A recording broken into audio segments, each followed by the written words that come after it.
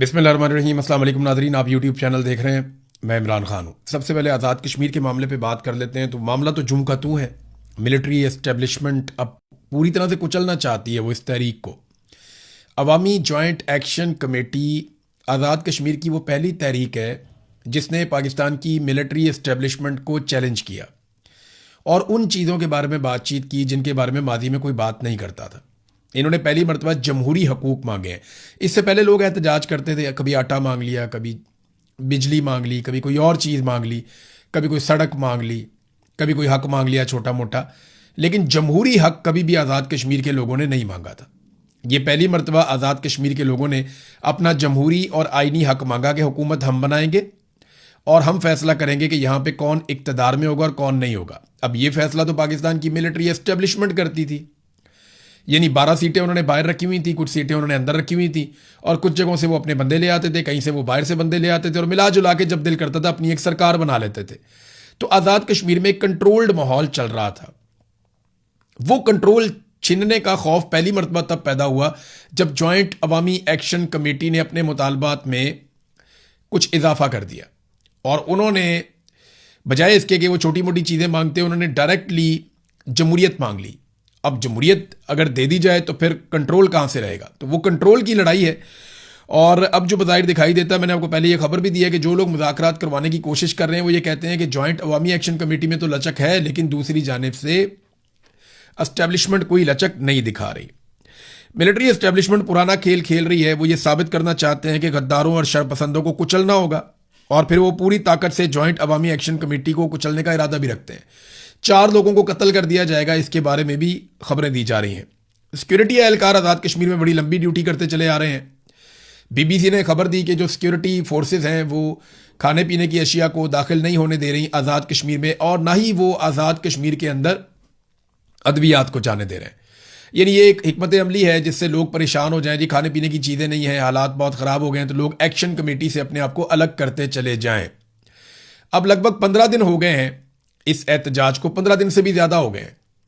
यानी आप समझ लें 3 हफ्ते होने वाले हैं इस एहतजाज को और लगातार ये एहतजाज चल रहा है। लोग थक नहीं रहे, लोग लगातार एहतजाज कर रहे हैं। ना सिर्फ एहतजाज कर रहे हैं बल्कि उनकी तादाद में बाद औक़ात बहुत इजाफा हो जाता है।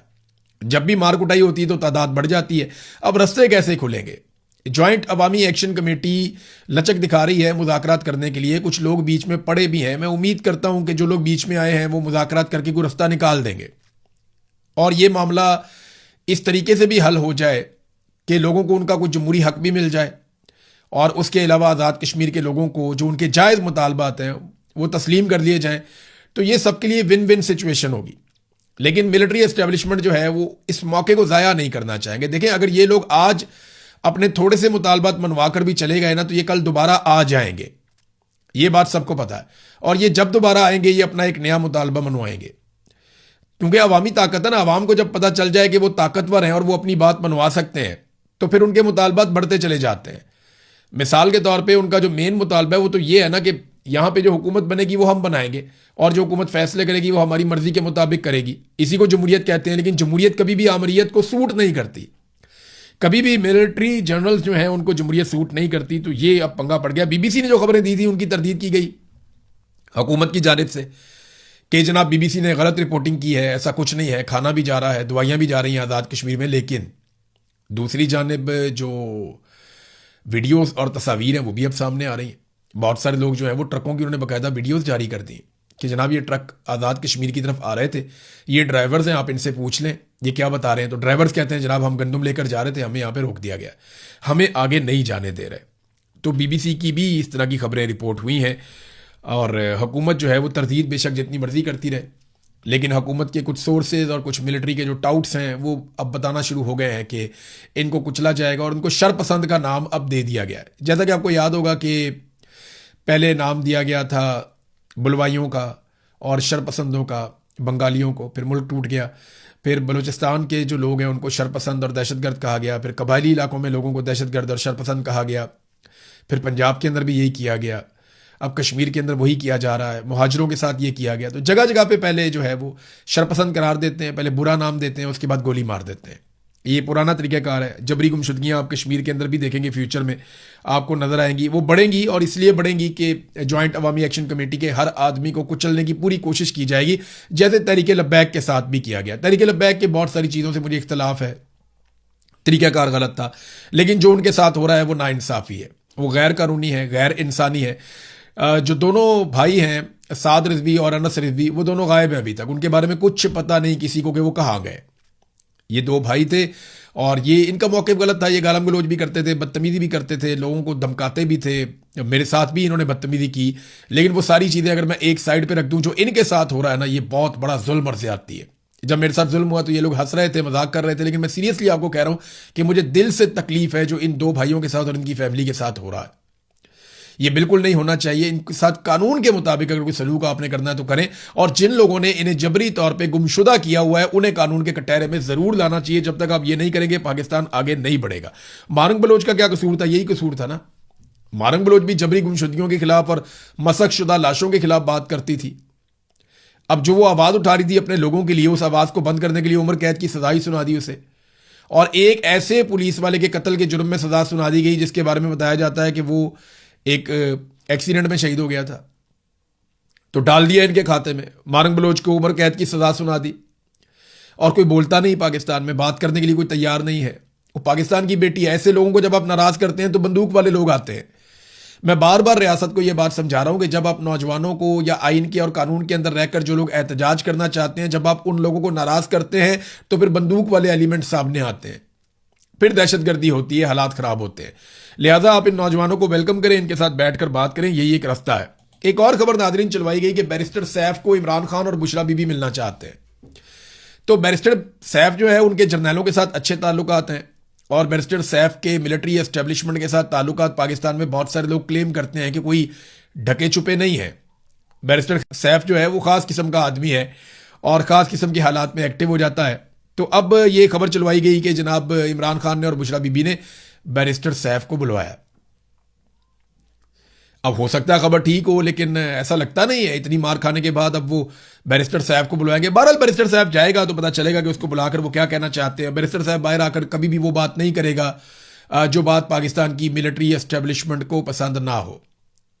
गोलमोल बात करेगा, लेकिन वो मिलिट्री एस्टेब्लिशमेंट की नापसंद बात कोई भी बाहर आकर बैरिस्टर साहब मुझे नहीं लगता कि करेगा। थोड़ा बहुत वो करेगा, हल्का हल्का सा, हल्की आंच के ऊपर वो मामला उठाएगा, ताकि ये महसूस हो कि जैसे वो एक न्यूट्रल आदमी है और मिलिट्री एस्टेब्लिशमेंट के कंट्रोल में नहीं है और वो फौज के मफाद के खिलाफ भी बात कर सकता है। हो सकता है एक दो जुमले, चार जुमले वो बोल भी दे, लेकिन ओवरऑल जो है वो ऐसा कुछ भी नहीं करेगा। बहरहाल देखते हैं बैरिस्टर साहब जाता है, इमरान खान मिलते हैं या नहीं मिलते, क्या होता है। एक और जो खबर आई हुई थी, रजी ताहिर साहब ने खबर दी थी कि जनरल कियानी ने, जो साबिक आर्मी चीफ है, एक दफ़ा उसने एक्सटेंशन भी ली थी, 6 साल वो आर्मी चीफ के तौर पे हुक्मरानी करके गया है, जनरल मुशर्रफ के बाद आया था। तो कहा जा रहा है कि जनरल कियानी साहब ने इमरान खान साहब से जेल के अंदर मुलाकात की है। ये खबर दी थी रजी ताहिर साहब ने और बड़े वसूख के साथ दी थी। बहुत सारे लोगों ने तरदीद की, लेकिन उन्होंने कहा नहीं, मेरी खबर ठीक है। फिर रजी ताहिर साहब को उठा लिया गया। मैंने बड़ा एनालिसिस किया कि इनको किस खबर पे उठाया गया, तो मुझे कोई ऐसी बड़ी चीज मिली नहीं जिसमें रजी ताहिर साहब जैसे सहाफ़ी को उठाया जाए। तो मुझे ऐसा लगता है कि शायद उन्हें इसलिए उठाया गया कि हमें ये बताओ तुम्हें ये खबर कहां से मिली, या तुम्हें किसने बताया कि जनरल कियानी की इमरान खान से मुलाकात हुई। अब साबिर शाकिर साहब जो हैं, उन्होंने भी इसके बारे में एक खबर दी है। वो भी ये कहते हैं कि जनरल कियानी की इमरान खान साहब से मुलाकात हुई और ये खबर दुरुस्त है। ये साबिर शाकिर साहब भी कह रहे हैं, रजी ताहिर साहब भी कह रहे हैं, 2-4 और जर्नलिस्ट हैं पाकिस्तान में, वो भी ये कह रहे हैं, और ये लोग अपनी खबर के ऊपर कायम है। बल्कि साबिर शाकिर साहब ने एक और बात की कि जनरल बाजवा को भी मुतहर्रिक किया गया, लेकिन मामला वहीं पे फंस जाता है। इमरान खान साहब कहते हैं मेरा मैंडेट वापस करो, इन चोरों डाकुओं को लाके मेरे मैंडेट के ऊपर क्यों बिठाया। देखिए, हुआ यह था कि 2024 में जब इलेक्शन चोरी कर दिया था आसिम मुनीर साहब ने, और ये लाकर 2 नंबर लोग बिठा दिए थे हुकूमत के अंदर, तो उस वक्त इमरान खान साहब ने कहा था कि मेरा मैंडेट मुझे वापस किया जाए। तो इस पर इमरान खान साहब को यह पैगाम दिया गया था कि आप 2 से 3 साल खामोश रहें और उसके बाद इलेक्शन हो जाएंगे, चीज़ें नॉर्मलाइज हो जाएंगी, हमें जरा सिस्टम को चलाने दें। अब 2 साल से ऊपर तो गुजर गए हैं, लगभग 2.5 साल गुजर गए जब इमरान खान साहब को कहा गया था कि 2 से 3 साल दें। 2.5 साल गुजर गए, पीछे 6 महीने रह गए हैं। अगर 6 महीने बाद भी इमरान खान को इलेक्शन दिया जाए तो इमरान खान साहब के लिए ये कोई घाटे का सौदा नहीं है। तो जनरल बाजवा के बारे में कहा जा रहा है कि वो भी एक्टिवेट हुए हैं। वैसे माजी में जनरल बाजवा ने बाहर काफ़ी मुलाकातें की हैं। अभी साबिर शाकिर साहब कह रहे हैं कि वो अभी भी ट्रैवल करते हैं। जो उनकी सेहत के बारे में खबरें हैं वो दुरुस्त नहीं हैं। और उन्होंने ये क्लेम किया कि जनरल बाजवा और जनरल कियानी, अशफाक परवेज़ कियानी, ये दोनों कहा जाता है कि ये दोनों मुतहर्रिक हैं और कोशिश कर रहे हैं कि किसी तरह इमरान खान साहब को मना के कोई रास्ता निकाल लें। कुछ ओवरसीज पाकिस्तानी भी ये कोशिश करते रहते हैं, कुछ पाकिस्तान के अंदर लोग हैं वो भी जोर लगाते रहते हैं। लेकिन इमरान खान साहब का ना मौक़िफ़ बड़ा उसूली और कानूनी है। वो ये कहते हैं जी आपने गैर कानूनी केसेस बनाए हुए, ये तो ख़त्म करें आप। दूसरा वो ये कहते हैं मेरा मैंडेट मुझे वापस करें। अगर मैंडेट वापस नहीं करना तो मुझे इलेक्शन की डेट आप दें और हमें पूरा मौका दें जाके हम अपना इलेक्शन लड़ें और इलेक्शन के अंदर जाकर मुकाबला करें। मुझे नहीं लगता कि आसिम मुनीर साहब ये होने देंगे, ये उनसे करवाना पड़ेगा। अब चाहे अंदर से लोग करवाएं चाहे बाहर से लोग करवाएं, ये आसिम मुनीर साहब से करवाना पड़ेगा क्योंकि वो बहुत कंफर्टेबल हैं शहबाज शरीफ के साथ, आसिफ जरदारी के साथ, बिलावल के साथ, नवाज शरीफ के साथ, मरियम के साथ। वो बहुत कंफर्टेबल हैं। छोटी मोटी अपोजिशन है वो भी आपस में ये मिलजुल के कर लेते हैं। तो आसिम मुनीर बहुत कंफर्टेबल है। लेकिन मामला यह कि पाकिस्तान की इकोनॉमी कंफर्टेबल नहीं है, Pakistan as a country comfortable नहीं है। तो अगर पाकिस्तान को आपने बचाना है तो इस वक्त आपको एक सियासी इस्तेहकाम लाना पड़ेगा। और सियासी इस्तेहकाम तब तक नहीं आएगा जब तक कि आप इमरान खान साहब को जेल से बाहर नहीं निकालते।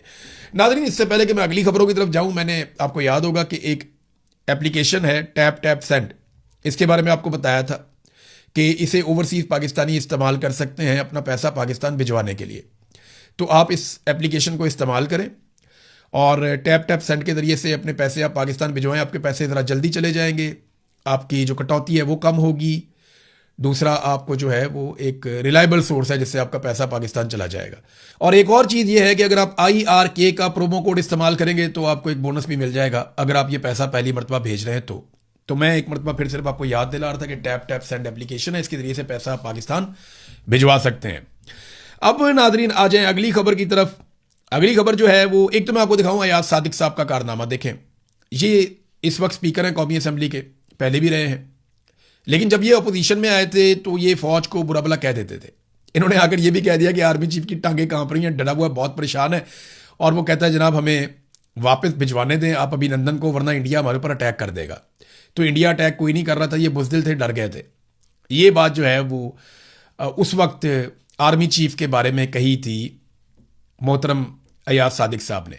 अब वो अयाज सादिक साहब क्योंकि उन्हें हुकूमत में बैठा दिया गया है, फॉर्म 47 दे दिया, वो अब बैठ के कहते हैं जी मैं किसी को फौज के खिलाफ बात ही नहीं करने दूंगा, मैं किसी को एक लफ्ज़ नहीं बोलने दूंगा। देखिए, मिलिट्री जर्नैल की गलत पॉलिसियों पे तनकीद करना सबका हक होता है।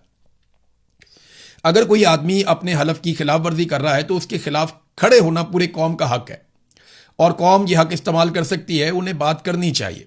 आज़ादी इज़हार राय इसी को कहते हैं। ऐसा नहीं हो सकता कि एक आदमी जो है वो मुल्क के ऊपर काबिज हो जाए और अपने फैसले मुसल्लत करे, ज़बरदस्ती मुसल्लत करे, कोई किसी की बात ही ना सुने वो आदमी, और फिर उस पर जब आप तनकीद करें तो वो एक इदारे के पीछे जाकर छुप जाए कि जनाब आपने तो इदारे पे हमला कर दिया। ऐसा नहीं है। एक आदमी की गलत पॉलिसियों पे तनकीद कभी भी इदारे पे तनकीद नहीं होती। ये बात अयाज सादिक साहब को पता भी है। लेकिन आप सारे जानते हैं कि इस वक्त मिलिट्री एस्टेब्लिशमेंट के कंट्रोल में हर चीज़। मिसाल के तौर पे एक और खबर आप देखें ना, ये 205 अरब रुपए मालियत का एक मंसूबा है। ये खारियां से पिंडी तक एक मोटरवे जानी है, खारियां से पिंडी तक जानी है। 205 अरब रुपए का एक बड़ा मंसूबा है, बहुत बड़ा मंसूबा है।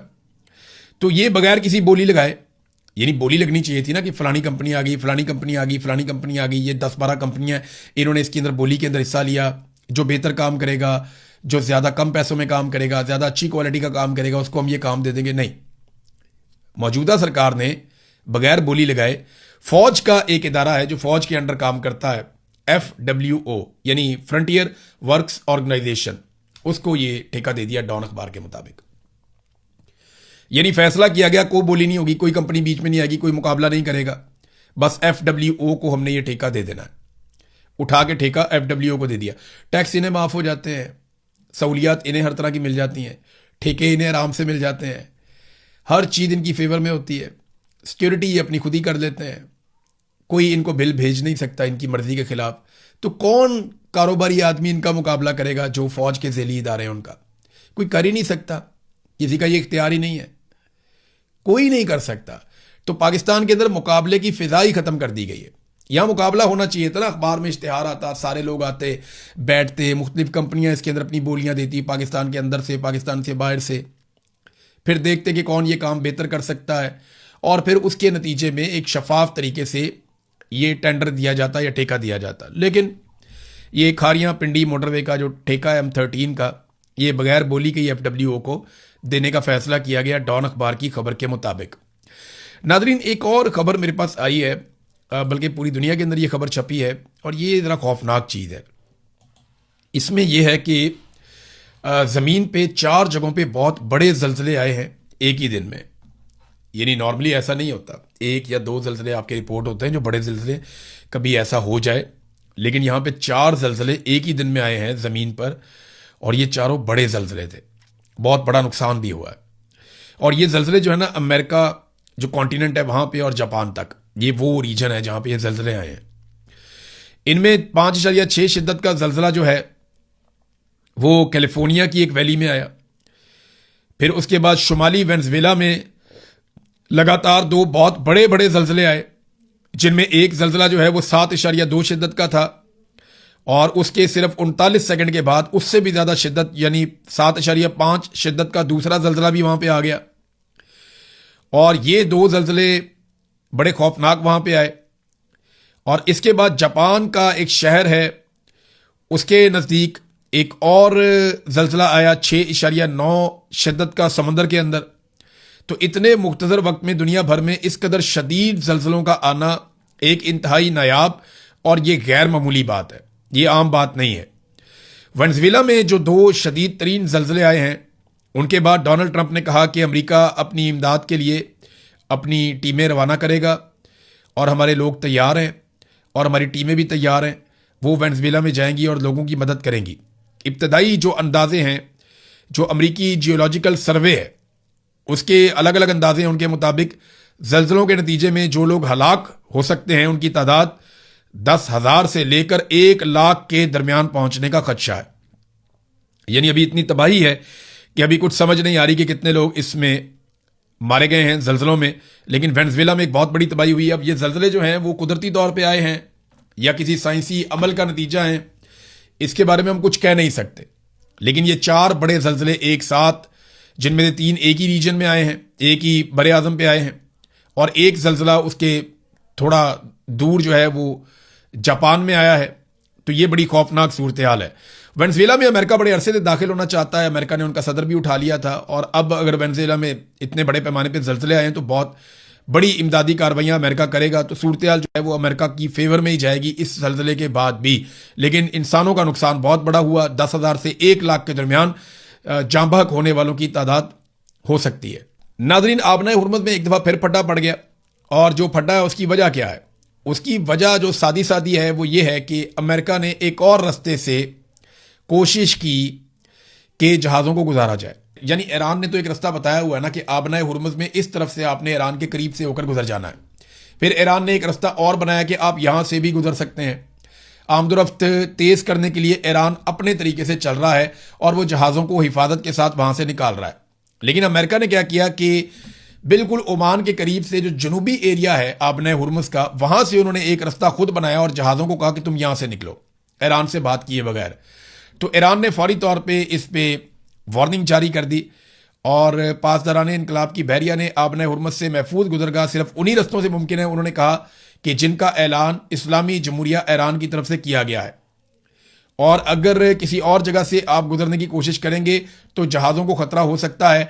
ईरान ने वार्निंग जारी की, उसके बाद जो 3 जहाज़ वहाँ से टैंकर्स गुजर रहे थे तेल लेकर, वो वापस चले गए। अब ये नाज़रीन सूरत हाल है आबनाए हुर्मुज़ में।